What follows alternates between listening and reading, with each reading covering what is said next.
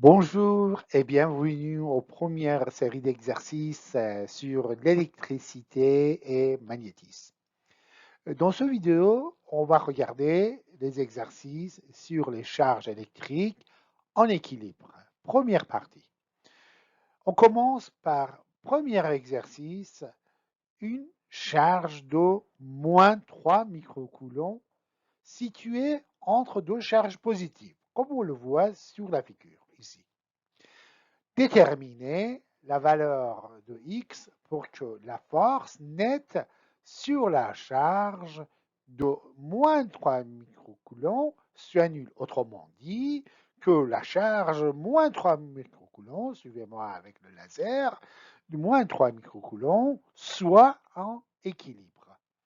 Donc, la première chose, je dénomme les charges comme Q1, Q2 et Q3.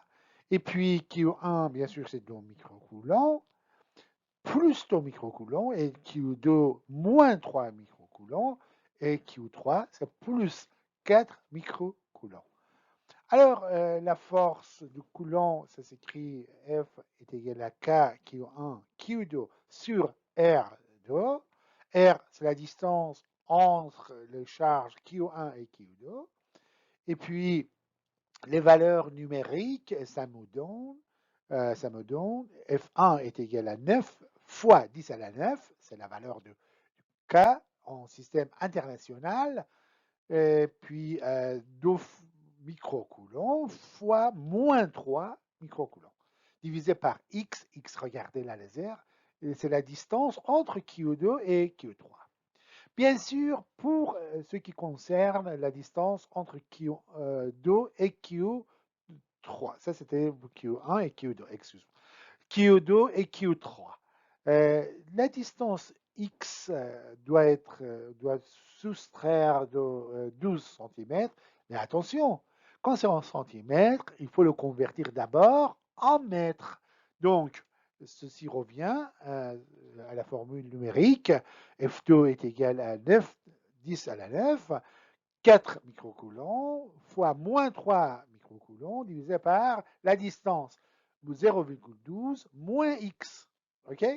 Donc, on a deux valeurs numériques. Voilà les forces que je le trace schématiquement. Ce n'est pas sur la mesure, c'est justement pour regarder la direction, tout simplement.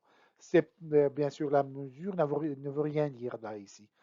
Donc, il y a une qui est à droite, l'autre qui est à gauche. Donc, F1 est égal à 0,054 sur x carré, newton, et puis F2 est égal à 0,108 sur 0,12 moins x, tout au carré, bien sûr en newton. Alors, pour que la force nette soit nulle sur, bien sûr, Q2, ok, soit nulle, il faut que F1 soit égal à F2. OK? Ça, c'est très important. Je vais effacer ces parties-là que je n'ai plus besoin. Donc, j'ai F1 et F2, je le mets ici, F1 à gauche de l'égalité et F2 à la droite de l'égalité. Et puis, je divise par 0,054 et cela me donne ceci.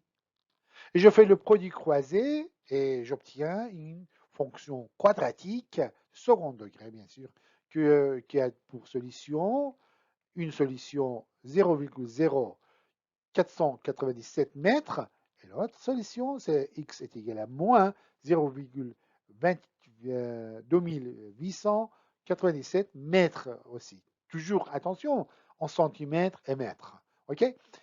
Ici, c'est très important de savoir que la valeur de x dans cet exercice-là ne peut pas être négative parce que c'est une distance, c'est une valeur positive. Donc, ici, la valeur de x de deuxième solution, c'est à rejeter. Donc, je rejette cette solution et je garde première solution comme la réponse. Donc, voilà, x est égal à 4,97 cm. Voilà. On va continuer pour le deuxième exercice. Pour le deuxième exercice, je vais lire l'annoncé. On veut placer une charge sur la ligne à un endroit où elle va subir une force nette nulle, c'est-à-dire enfin, qu'elle reste en équilibre. Où doit-on la placer, la charge? Donc, quand on regarde sur la figure, on peut regarder tout l'espace, on peut le diviser en trois régions. Première région, c'est entre les deux charges. Deuxième région, bien sûr, je mets x est égal à 0, x est égal à 12. 12, bien sûr, centimètres, ça se voit ici. Et puis, deuxième région à gauche, voilà. Et la troisième région à droite. Dans la première région, on va regarder, si je mets la charge positive, à ce moment-là, cette charge positive sur cette ligne-là sera attirée par la charge moins. Donc la force F1, c'est vers la droite. Et euh, cette charge, elle sera repoussée par la charge de 2 microcoulombs. Donc toujours à droite. Donc dans la région 1, les charges sont toujours à droite pour une charge positive. Alors imaginons une charge négative. Supposons, au lieu de charge positive, je remplace une charge négative. Alors, pour la charge négative, elle sera attirée par 2 microcoulombs, donc à gauche, et puis elle sera repoussée par moins 3 microcoulombs, toujours à gauche. Donc, les deux forces sur la charge seront à gauche. Ici, la charge elle est considérée comme positive, donc schématiquement, je trace F1 et F2 comme ceci, comme vous le voyez. Donc, il n'y aurait jamais, disons, compensation des forces. Donc, toujours dans le même sens. Donc, pas d'équilibre, pas de force nette nulle. Donc, dans la région 1, c'est impossible. Ça, c'est très important de retenir ça. OK, je continue. Dans la région 3, pour l'instant, la région 3, je regarde la charge moins 3 microcoulombs, que ce soit la charge positive ou négative, peu importe. C'est-à-dire la charge qu'on va placer. OK? Peu importe. Moins 3 microcoulombs, la charge, en effet, euh, il a une force qui a une intensité beaucoup plus grande que le 2 microcoulombs, déjà. Et puis, quand la charge est là, la distance est beaucoup plus proche à cette moins 3 microcoulombs que 2 microcoulombs. Donc, l'effet du charge de moins 3 microcoulombs, c'est beaucoup plus important et la force est toujours supérieure à la force qui est appliquée par 2 microcoulombs. Donc, ici, si je place une charge positive ou négative, peu importe, une charge, une force, ça serait à droite et l'autre force, ça serait à gauche. Mais l'effet de la charge moins 3 microcoulombs, ça serait plus important. Donc ça, c'est très important. Donc, j'en déduis quoi? Que F1, la charge de moins 3 microcoulombs, est strictement supérieure à F2, pas d'égalité entre les forces, donc pas de force nette, pas de la force nette nulle sur la région 3. Donc, région 1 et région 3, c'est exclu. Même si on obtient mathématiquement la réponse que il me donne par exemple la distance qui tombe dans la région 1 ou 3, ça c'est exclu. Donc pourquoi? Parce que physiquement, c'est pas possible. Euh, on va voir pour la région d'eau. Pour la région d'eau, si je place la charge ici, qu'est-ce qui se passe? Alors, il y a, par exemple, si la charge est positive, la charge positive serait attirée par moins 3 microcoulombs et sera repoussée par 2 microcoulombs. Donc, il y a de part et d'autre deux forces qui se compensent. Et il y a un endroit bien précis qui vont bien sûr s'annuler. Donc, cet endroit-là, par exemple, je le choisis ici. Donc, je dis cette distance, c'est A, Et puis, regardez, ici, j'ai pris l'origine x égale à 0 sur la charge de microcoulomb. Donc, tout ce qui est à gauche, ça devrait être des valeurs négatives. Et tout ce qui est à droite, c'est positif. Donc, A, ça devrait être une valeur négative. Donc, quand on résout l'équation et quand la solution est une valeur négative, c'est ça qui est acceptable pour nous. Pourquoi? Parce que la valeur négative, c'est situé donc pour le x, bien sûr, plus petit que 0 de ce côté-ci. Et puis, on verra par la suite. Donc, voilà, Q3, je le replace ici. Là, la laser, vous pouvez suivre avec la laser. Donc, Q3 qui est là. Et ensuite, je vais écrire la force de Coulomb. Donc, F1 est égal à K, Q1, Q3 sur R2.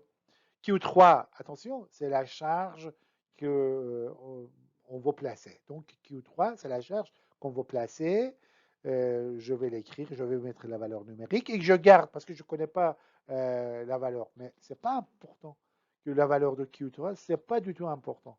Donc, on verra. F2, c'est l'effet du charge de moins 3 microcoulombs. Regardez là. Sur Q3, je l'écris. Et puis, regardez, 0,12. Ah, c'est déjà négatif. Le signe moins. Moins fois moins, ça fait quoi? Ça fait plus. Donc, si je mets la valeur numérique négative, là, par exemple, si j'obtiens, par exemple, 0,5, moins 0,5. Alors, moins 0,5 fois moins, ça fait plus.